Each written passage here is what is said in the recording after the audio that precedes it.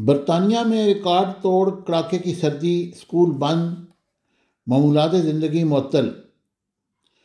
बरतानिया में जुमेरात और जुमे की दरमियानी शब मौसम ख़ज़ा की सख्त तरीन रात रिकॉर्ड की गई, जब स्कॉटलैंड में दर्जा हारत -12.6 डिग्री सेंटीग्रेड तक पहुँच गया और आलमी खबरसां इदारे के मुताबिक दर्जा हारत -12.6 डिग्री सेंटीग्रेड तक पहुँचने से ये गुज़िश्ता 15 बरस में नवंबर की सर्द तरीन रात थी।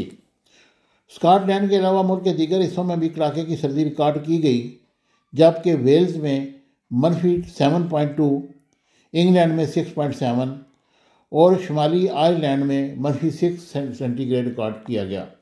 शदीद मुतासरा इलाकों में Scotland, North Yorkshire, East Yorkshire, Wales वगैरह शामिल हैं, जहां स्कूल बंद करने का ऐलान किया गया है।